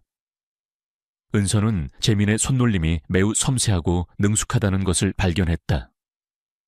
그는 단순히 떠돌이 노숙자가 아니었다. 그는 상자를 여는 방법을 아는 듯했다. 재민은 상자의 특정 부분을 만지고 알 수 없는 숫자 배열을 입력했다. 딸깍 하는 소리와 함께 육중한 상자문이 조용히 열렸다. 상자 안에는 낡은 옷가지들과 함께 빛바랜 사진들, 그리고 오래된 편지 묶음이 들어있었다. 그리고 그 모든 것들 사이에 희미하게 빛나는 작은 USB 하나가 놓여 있었다. 은서는 사진과 편지들을 조심스럽게 꺼냈다. 사진 속에는 젊은 시절의 재민과 그의 가족, 그리고 그의 옆에 서 있는 한 여인이 활짝 웃고 있었다. 은서는 사진 속 여인의 얼굴을 보고 심장이 쿵 하고 떨어지는 듯했다. 그 여인은 바로 자신의 어머니였다. 이 사진은 제 어머니입니다. 이 아저씨는 누구시죠? 은서의 목소리는 떨렸다. 그녀의 눈은 재민을 향했다. 재민의 얼굴은 순식간에 굳어졌다. 그는 은서의 눈을 똑바로 응시했다. 그의 눈빛은 슬픔과 함께 알 수 없는 고뇌로 가득했다. 그는 은서가 자신의 딸이라는 사실을 직감했다. 그는 자신이 오랫동안 잃고 지냈던 딸을 이렇게 초라한 모습으로 만나게 되었다는 사실에 고통스러웠다. 재민은 은서에게 자신의 과거를 털어놓았다. 그는 자신이 신성그룹의 회장 이재민이며 은서의 아버지라는 사실을 고백했다. 그는 과거 믿었던 친구에게 배신당해 모든 것을 잃고 이처럼 떠돌이 생활을 하고 있었다고 말했다. 그는 자신의 복수를 위해 이 모든 것을 계획하고 있었다고 말했다. 은서는 재민의 고백에 충격을 금치 못했다. 자신의 아버지가 재벌 회장이었다니. 그리고 자신이 그토록 증오했던 계모 최수진과 그녀의 딸 최유리가 자신의 아버지의 재산을 노리고 자신을 학대했다는 사실에 분노했다. 은서는 자신의 삶을 비참하게 만든 모든 진실을 알게 되자 이를 갈았다. 재민은 은서의 손을 꽉 잡았다. 은서야, 아빠가 미안하다. 아빠가 너를 지켜주지 못했어. 하지만 이제 아빠는 너를 지킬 것이다. 아빠의 모든 것을 걸고 너를 지킬 것이다. 그리고 너의 어머니와 나를 배신한 모든 자들에게 대가를 치르게 할 것이다. 재민의 목소리는 떨렸지만 그 속에는 은서를 향한 깊은 사랑과 함께 강렬한 복수심이 담겨 있었다. 은서는 재민의 품에 안겨 흐느꼈다 시작했다. 그녀는 오랫동안 기다려왔던 아버지의 품에서 알 수 없는 안도감과 함께 따뜻함을 느꼈다. 그녀는 이제 혼자가 아니었다. 재민은 은서와 함께 자신의 복수 계획을 다시 세웠다. 그는 은서가 가진 지혜와 강인함이 자신에게 큰 도움이 될 것이라고 생각했다. 그는 금속 상자 안에서 발견된 USB를 꺼냈다. USB 안에는 신성그룹의 핵심 기술 자료와 함께 재민의 재산을 빼돌리고 그를 파멸시킨 진범 강태호에 대한 모든 증거들이 담겨 있었다. 강태호는 재민의 가장 믿었던 친구이자 신성그룹의 공동 창업자였다. 그는 재민의 재산을 빼앗기 위해 최수진과 유리를 이용했던 것이 분명했다. 재민은 은서에게 자신의 과거와 강태호의 배신에 대해 상세히 설명했다. 그는 강태호가 겉으로는 선량해 보였지만 그의 내면은 탐욕과 잔혹함으로 가득 차 있었다고 말했다. 그는 강태호가 자신의 야망을 위해서는 어떤 죄악도 서슴지 않는 인물이라고 말했다. 은서는 재민의 이야기를 듣고 분노했다. 그녀는 자신의 부모님을 죽게 만든 사기꾼들이 강태호와 최수진 유리라는 것을 알게 되었다. 그녀의 마음속에서 맹렬한 복수심이 타올랐다. 김은서는 이재민 아저씨가 자신의 아버지이자 신성그룹의 회장이었다는 충격적인 진실에 혼란스러웠지만 동시에 오랫동안 그리워했던 아버지의 품에서 알 수 없는 안도감과 함께 따뜻함을 느꼈다. 재민은 은서에게 자신의 과거와 강태호의 배신에 대해 상세히 설명했다. 그는 강태호가 겉으로는 선량해 보였지만 그의 내면은 탐욕과 잔혹함으로 가득 차 있었다고 말했다. 그는 강태호가 자신의 야망을 위해서는 어떤 죄악도 서슴지 않는 인물이라고 말했다. 은서는 재민의 이야기를 듣고 분노했다. 그녀는 자신의 부모님을 죽게 만든 사기꾼들이 강태호와 계모 최수진, 그리고 이복 동생 최율이라는 것을 알게 되었다. 그녀의 마음속에서 맹렬한 복수심이 타올랐다. 재민은 은서에게 자신의 복수 계획을 이야기했다. 그는 은서가 가진 지혜와 강인함이 자신에게 큰 도움이 될 것이라고 생각했다. 그는 금속 상자 안에서 발견된 USB를 꺼냈다. USB 안에는 신성그룹의 핵심 기술 자료와 함께 강태호가 재민의 재산을 빼돌리고 그를 파멸시킨 모든 증거들이 담겨 있었다. 강태호는 재민의 가장 믿었던 친구이자 신성그룹의 공동 창업자였다. 그는 재민의 재산을 빼앗기 위해 최수진과 유리를 이용했던 것이 분명했다. 한편 계모 최수진과 최유리는 은서가 갑자기 사라지자 불안감을 느꼈다. 그들은 은서가 재민에게 팔려갔다는 사실을 알지 못했다. 그들은 은서가 자신들의 비리를 폭로할까봐 두려워했다. 최수진은 유리를 시켜 은서의 행방을 추적하도록 했다. 강태호는 재민이 살아있다는 사실과 은서가 그를 만나 자신의 비밀 금고를 찾아냈다는 것을 알게 되자 경악했다. 그는 자신의 모든 계획이 수포로 돌아갈 위기에 처하자 광분했다. 그는 재민과 은서를 영구적으로 처리하기 위한 계획을 서두르기 시작했다. 그는 자신의 최측근인 변호사 박준영을 통해 재민과 은서의 약점을 찾기 시작했다. 박준영은 강태호의 모든 불법적인 일을 처리하는 데 능숙한 인물이었다. 강태호는 언론에 재민에 대한 허위 사실을 유포하고 신성그룹의 주가를 조작하여 재민을 몰아내려 했다. 그는 재민이 재산을 탕진하고 도박에 빠져 모든 것을 잃은 파산자라고 주장하며 그의 명예를 실추시키려 했다.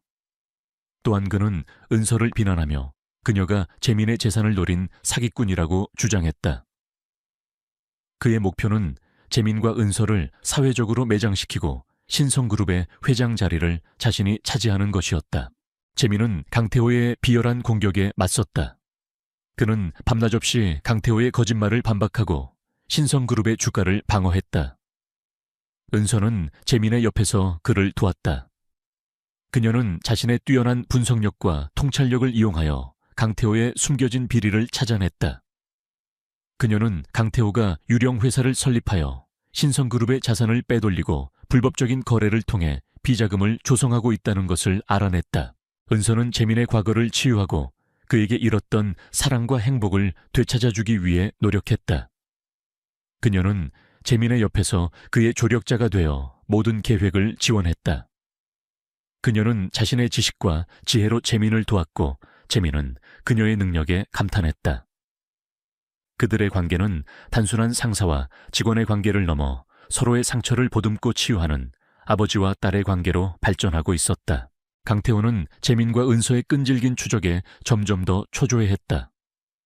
그는 자신의 비밀이 드러날 것을 두려워했다. 그는 재민과 은서를 영구적으로 처리하기 위한 계획을 서두르기 시작했다. 그는 자신의 마지막 공격을 준비하고 있었다. 강태호는 최수진과 유리를 이용하여 은서를 협박하려 했다. 그는 은서의 과거를 들춰내고 그녀가 부모님의 죽음과 관련된 비밀을 숨기고 있다고 주장하며 그녀의 명예를 훼손하려 했다. 은서는 강태호의 움직임을 눈치챘다. 그녀는 시간이 없다는 것을 알았다. 강태호가 모든 것을 파괴하기 전에 모든 진실을 밝혀내야 했다. 그녀는 재민과 함께 강태호의 마지막 움직임을 예측하고 그를 함정에 빠뜨릴 역공을 계획하기 시작했다. 이 싸움은 그녀의 목숨과 아버지의 미래, 그리고 정의가 걸린 마지막 대결이 될 터였다. 김은서는 이재민 회장과 함께 강태호의 마지막 공격에 대비했다. 그들은 강태호가 모든 것을 파괴하기 전에 그의 모든 죄를 밝혀내고 그를 심판대에 세워야 했다. 재민은 은서의 곁에서 그녀를 도왔다. 그녀는 자신의 능력을 이용하여 강태호와 그의 변호사 박준영의 숨겨진 감정과 거짓말을 간파하며 재민에게 중요한 단서들을 제공했다. 강태호는 재민과 은서의 끈질긴 추적에 점점 더 초조해했다. 그는 자신의 비밀이 드러날 것을 두려워했다. 강태호는 재민과 은서를 영구적으로 처리하기 위한 마지막 계획을 서두르기 시작했다.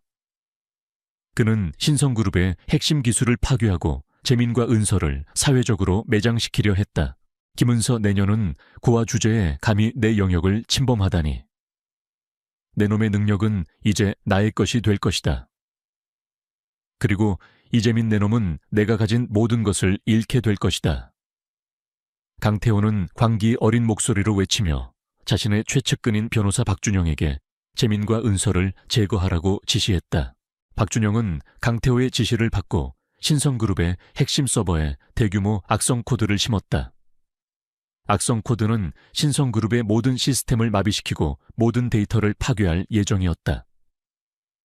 동시에 박준영은 언론에 재민과 은서에 대한 허위 사실을 유포하고 그들이 블랙홀이라는 악명 높은 해커 조직의 잔당이라는 거짓 증언을 퍼뜨렸다. 은서는 박준영의 움직임을 눈치챘다. 그녀는 신성그룹의 보안 시스템에 심어진 악성 코드를 감지했다. 그녀는 시간이 없다는 것을 알았다. 악성 코드가 완전히 실행되기 전에 그것을 막아야 했다. 은서는 재민에게 이 모든 사실을 알렸다. 아빠 박준영 변호사가 신성그룹의 시스템에 대규모 악성 코드를 심었어요. 이대로 두면 우리 회사는 파멸할 거예요. 그리고 저와 아빠를 블랙홀의 잔당으로 몰아가려 해요. 은서의 목소리는 떨렸지만 그 속에는 강한 결의가 담겨 있었다. 재민은 은서의 말에 분노했다. 그는 강태호와 박준영의 비열함에 치를 떨었다. 그는 은서의 손을 꽉 잡았다. 은서야, 너의 능력을 믿는다. 우리가 함께 그들을 막을 수 있다. 우리는 신성그룹을 지키고 그들의 죄를 세상에 밝혀낼 것이다. 재민의 눈빛은 은서를 향한 깊은 신뢰와 함께 정의를 향한 강렬한 의지로 불타올랐다. 재민과 은서는 신성그룹의 핵심 서버실로 향했다. 서버실은 최첨단 보안 시스템으로 보호되어 있었지만 이미 악성 코드의 영향으로 시스템이 불안정하게 깜빡이고 있었다. 은서는 서버에 직접 연결하여 악성 코드를 제거하고 방어벽을 재구축하기 시작했다. 그녀의 손가락은 키보드 위를 맹렬하게 움직였고 화면에는 복잡한 코드들이 빠르게 스크롤되었다. 하지만 그들의 행동은 박준영에게 포착되었다. 박준영은 자신의 사병들을 이끌고 서버실로 들이닥쳤다. 감히 내 계획을 방해하다니 너희 모두 여기서 죽게 될 것이다. 박준영의 목소리는 분노로 가득했다. 그는 재민과 은서에게 총을 겨눴다. 재민은 은서를 보호하며 박준영의 사병들과 맞섰다. 그는 과거의 트라우마를 극복하고 자신의 모든 힘을 다해 싸웠다. 그는 사병들의 공격을 피하고 방역했지만 그들의 숫자는 너무 많았다. 그는 점점 더 지쳐갔다. 은서는 재민의 옆에서 악성 코드를 제거하는 데 몰두했지만 그녀의 등 뒤로 다가오는 위험을 감지했다. 그때 은서의 계모 최수진과 그녀의 딸 최유리가 서버실로 들이닥쳤다. 그들은 박준영과 강태호의 지시를 받고 은서의 비밀 금고를 찾으러 온 것이었다. 은서, 너 지금 여기서 뭘 하는 거야? 네가 감히 우리를 속여 네 아버지를 죽인 돈을 숨기고 있었어. 수진이 소리치며 은서에게 달려들었다. 그녀의 눈빛은 탐욕과 분노로 가득했다. 은서는 계모와 이복 동생의 등장에 경악했다. 그녀는 그들이 자신을 배신했다는 사실에 고통스러웠다. 박준영은 최수진과 유리가 나타나자 기쁨을 감추지 못했다. 그는 그들을 이용하여 은서와 재민을 공격하려 했다. 재민은 은서를 보호하며 계모와 이복 동생 그리고 박준영의 사병들과 맞섰다. 그는 과거 믿었던 친구에게 배신당했던 트라우마를 극복하고 자신의 모든 힘을 다해 싸웠다. 그는 사병들의 공격을 피하고 방역했지만 그들의 숫자는 너무 많았다. 그는 점점 더 지쳐갔다. 은서는 재민의 옆에서 악성 코드를 제거하는 데 몰두했지만 그녀의 등 뒤로 다가오는 위험을 감지했다. 그때 이강우 아저씨가 경찰 특수부대를 이끌고 서버실로 들이닥쳤다. 이강우 아저씨는 재민의 연락을 받고 경찰에 신고했으며 강태호와 박준영의 움직임을 추적하여 이곳으로 온 것이었다. 경찰은 박준영과 그의 사병들 그리고 최수진과 유리를 모두 체포했다. 그들은 수갑을 찬 채 끌려가면서도 은서를 향해 광기 어린 눈빛으로 노려보았다. 재민은 은서를 꽉 안아주었다. 은서는 모든 진실이 밝혀졌다는 사실에 안도했지만 동시에 계모와 이복 동생의 배신에 흐느꼈다. 재민은 은서의 머리를 쓰다듬으며 나지막이 속삭였다. 괜찮아, 은서야. 아빠가 너를 지켜줄게. 이제 다 끝났어. 그의 목소리는 이전과는 달리 따뜻하고 다정했다. 은서의 손에는 강태호의 모든 죄를 밝힐 결정적인 증거가 담긴 USB가 굳게 쥐어져 있었다.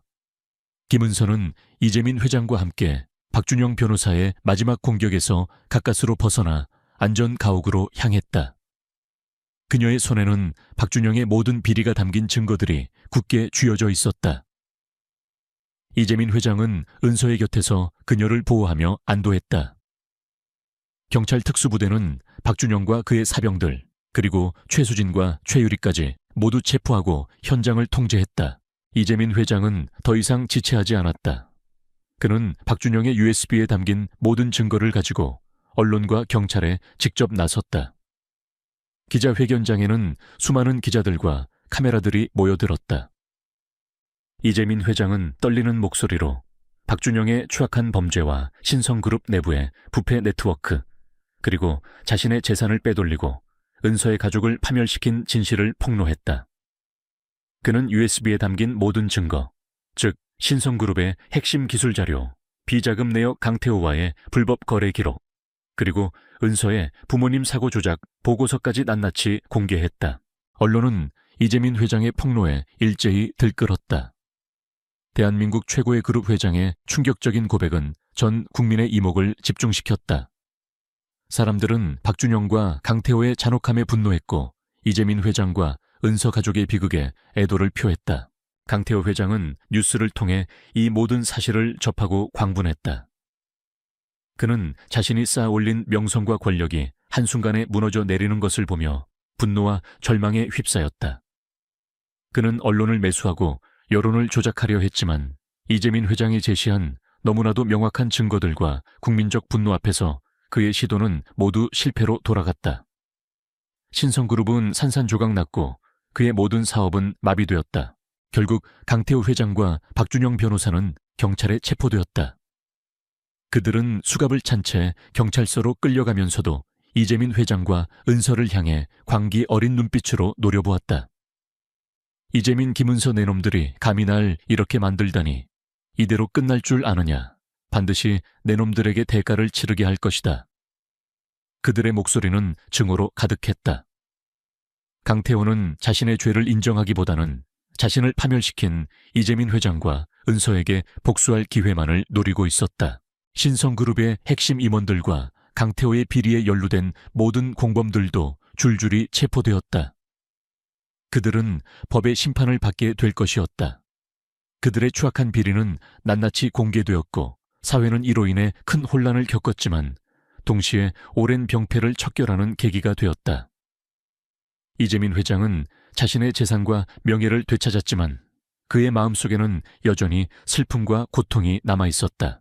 은서는 병원에서 회복 중이었다. 그녀는 자신의 부모님의 죽음이 밝혀진 것에 안도했지만 동시에 계모 최수진과 이복동생 최유리의 배신에 고통스러워했다. 그녀는 김영철 아저씨의 죽음을 슬퍼했지만 그의 희생이 헛되지 않도록 자신이 시작한 일을 끝까지 책임져야 한다고 생각했다. 은서는 김영철 아저씨의 죽음이 신성그룹의 보안 시스템을 더욱 강화하고 사회의 어두운 면을 밝히는 데 사용되어야 한다고 다짐했다. 은서의 능력과 용기가 언론에 알려지자 세상은 그녀를 진실의 사도라고 불렀다. 사람들은 은서의 능력이 어떻게 이재민 회장을 돕고 강태호의 비리를 밝혀냈는지에 대해 놀라움을 금치 못했다. 은서는 자신의 능력이 선한 목적으로 사용될 수 있다는 것을 깨달았다. 그녀는 이재민 회장과 함께 세상을 더 나은 곳으로 만들겠다고 다짐했다. 하지만 강태호의 복수심은 사라지지 않았다. 그는 구치소에 수감된 상태에서도 이재민 회장과 은서를 향한 증오를 불태웠다. 그는 자신의 마지막 남은 추종자들을 이용해 이재민 회장과 은서에게 최종 공격을 가할 준비를 하고 있었다. 이재민 회장은 강태호 같은 악의 그림자가 쉽게 사라지지 않는다는 것을 알고 있었다. 그는 늘 경계를 늦추지 않고 다음 수를 준비했다. 은서는 이재민 회장의 곁에서 그의 든든한 조력자가 되었다. 그들의 싸움은 아직 끝나지 않았다. 이재민 회장은 김은서의 손을 꽉 잡고 강태호 회장의 비열한 협박 속에서도 굴하지 않았다. 그는 은서의 지혜와 강인함, 그리고 숨겨진 능력에 감탄하며 그녀가 자신에게 얼마나 소중한 존재인지 깨달았다. 은서의 눈빛은 강태호에 대한 복수심과 정의를 향한 강렬한 불꽃으로 타올랐다. 그들은 강태호가 신성그룹의 핵심 기술을 빼돌리고 회사 자금을 횡령했으며 심지어 은서의 부모님을 살해하고 자신을 파멸시켰다는 모든 진실을 세상에 폭로하기 위해 모든 것을 걸었다. 강태호 회장은 구치소에 수감된 상태에서도 이재민 회장과 은서를 향한 증오를 불태웠다. 그는 자신의 마지막 남은 추종자들을 이용해 재민 회장과 은서에게 최종 공격을 가할 준비를 하고 있었다. 그는 신성그룹의 핵심 기술을 파괴하고 재민 회장과 은서를 사회적으로 매장시키려 했다. 그는 언론을 매수하여 재민 회장과 은서에 대한 허위 사실을 유포하고 그들의 명예를 훼손하려 했다. 이재민 회장은 강태호 회장의 움직임을 예상하고 있었다. 그는 늘 경계를 늦추지 않고 다음 수를 준비했다. 김영철 아저씨는 재민 회장과 은서의 안전을 위해 최선을 다했다. 그는 김영철 아저씨의 희생이 헛되지 않도록 그들의 계획을 지원했다.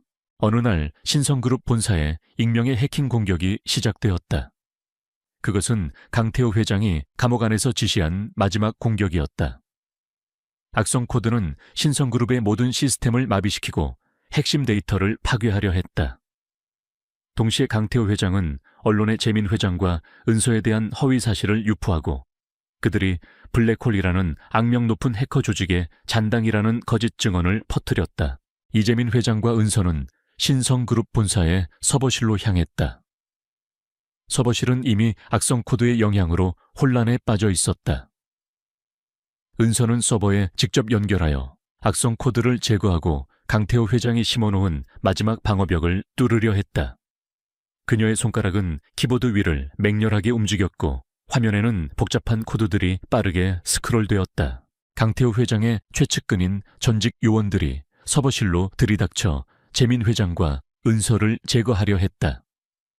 그들은 재민 회장과 은서가 악성 코드를 제거하는 것을 막으려 했다. 재민 회장은 은서를 보호하며 요원들과 맞섰다.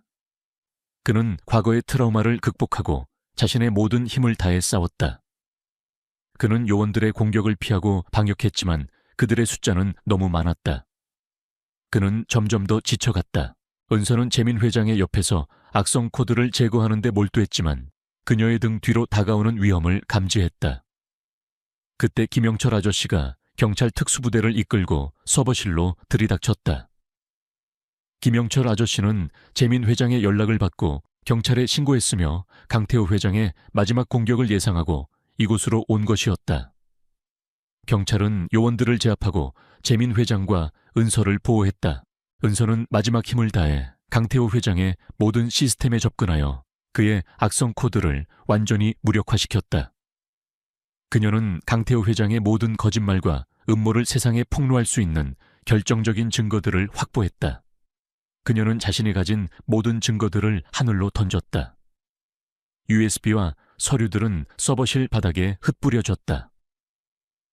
이재민 회장과 김은서는 병원에서 의식을 되찾았지만 몸은 폭발의 충격으로 만신창이가 되어 있었다. 그들의 손에는 박준영 변호사와 강태호 회장의 모든 비리가 담긴 증거들이 굳게 쥐어져 있었다. 강태호의 마지막 발악은 모든 것을 파괴하려 했지만 은서의 용기와 재민 회장의 헌신적인 보호 덕분에 증거들은 무사히 확보되었다. 강태호 회장은 구치소에서 이 모든 뉴스를 접하고 광분했다. 그는 자신의 모든 것이 무너져 내리는 것을 보며 분노와 절망에 휩싸였다. 그는 언론을 매수하고 여론을 조작하려 했지만 은서가 제시한 너무나도 명확한 증거들과 국민적 분노 앞에서 그의 시도는 모두 실패로 돌아갔다. 그는 자신의 명예와 부를 잃게 될 것이라는 절망감에 휩싸였다. 그는 은서와 재민 회장에게 복수할 기회만을 노리고 있었다. 재판이 시작되자 강태호 회장은 자신의 죄를 부인하며 발악했지만 은서가 제시한 명확한 증거들과 재민 회장의 증언 앞에서 그의 주장은 힘을 잃었다. 특히 신성그룹의 시스템에 심어진 악성 코드, 비자금 내역, 그리고 은서의 부모님 사고 조작 보고서까지 낱낱이 공개되자 법정은 충격에 휩싸였다. 이재민 회장은 법정의 증인으로 출석하여 자신의 눈으로 목격한 모든 것을 증언했다. 그는 박준영 변호사가 어떻게 강태호 회장의 하수인으로 신성그룹의 비자금을 조성했는지, 그리고 자신이 어떻게 이 모든 진실을 쫓아왔는지 설명했다. 그의 증언은 강태호 회장에게 치명적인 일격이었다. 최종 변론에서 강태호 회장은 마지막 발악을 했다. 그는 자신의 죄를 인정하지 않고 오히려 은서와 재민 회장을 비난하며 자신에게 씌워진 누명이라고 주장했다. 그는 은서가 단순한 돈을 노린 사기꾼이라고 모욕하며 그녀의 진술을 왜곡하려 했다. 그는 자신의 권력과 돈이 모든 것을 해결해 줄 것이라고 믿었다. 하지만 은서는 강태호 회장의 비열한 거짓말에 흔들리지 않았다. 그녀는 법정에서 최후 진술을 했다. 강태호 회장님, 당신은 당신의 탐욕 때문에 수많은 사람들의 삶을 짓밟았습니다. 당신은 당신의 죄를 은폐하기 위해 거짓말을 일삼았습니다. 당신은 인간이 아닙니다. 당신은 모든 생명을 도구로 이용하는 악마입니다. 하지만 진실은 결코 숨겨지지 않습니다. 당신의 죄는 오늘 이 자리에서 심판받을 것입니다. 은서의 목소리는 작았지만 그 속에는 정의를 향한 강렬한 불꽃이 타오르고 있었다. 그녀의 눈빛은 강태호 회장을 향한 흔들림 없는 분노로 가득했다. 강태호 회장은 결국 모든 혐의에 대해 유죄를 선고받고 가장 무거운 형벌에 처해졌다. 그의 거대한 신성그룹은 산산조각 났고 그의 이름은 역사의 악의 상징으로 기록되었다. 정의가 마침내 완벽하게 실현된 순간이었다. 박준영 변호사 또한 그의 죄에 합당한 처벌을 받았다. 은서는 병원에서 회복 후 아버지 재민 회장의 품에서 새로운 삶을 시작했다. 그녀는 더 이상 과거의 그림자 속에서 살지 않았다. 그녀는 자신의 부모님의 복수를 이루었고 자신에게 씌워진 모든 짐을 내려놓을 수 있었다. 그녀는 신성그룹의 사회 공헌재단 이사로 임명되어 도움이 필요한 사람들을 돕고 사회적 약자들의 목소리를 대변하는 데 헌신했다. 그녀의 이야기는 전 세계로 퍼져나갔고 그녀의 이름은 기적을 만든 영웅으로 기억되었다. 이재민 회장은 은서와 함께 신성그룹을 투명하고 윤리적인 방향으로 이끌었다. 그는 강태호와 같은 악인들이 발붙이지 못하도록 사회적 책임을 다하는 기업 문화를 만들었다. 재민 회장은 은서의 빛나는 존재감에 압도되었지만 동시에 그녀에게서 알 수 없는 강렬한 사랑을 느꼈다.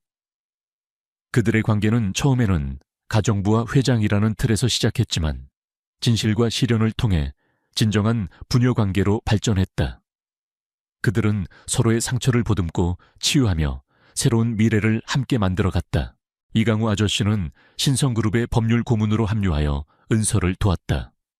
그는 자신의 경험과 지식을 바탕으로 기업 비리를 근절하고 정의를 실현하는 데 헌신했다. 은서의 부모님의 억울함은 모두 풀렸다. 그들의 희생은 헛되지 않았다. 이 모든 것은 폐기물 더미에서 우연히 발견된 작은 금속 상자에서 시작되었다. 한 가난한 소녀의 용기가 거대한 악의 그림자를 세상에 드러내고 잃어버렸던 아버지를 되찾으며 그들에게 진정한 행복과 사랑을 찾아주었다. 은서의 삶은 이제 평화롭고 의미 있게 빛나고 있었다. 그녀는 진정한 행복을 찾았고 그녀의 삶은 정의와 사랑을 위한 영원한 투쟁의 증거가 되었다.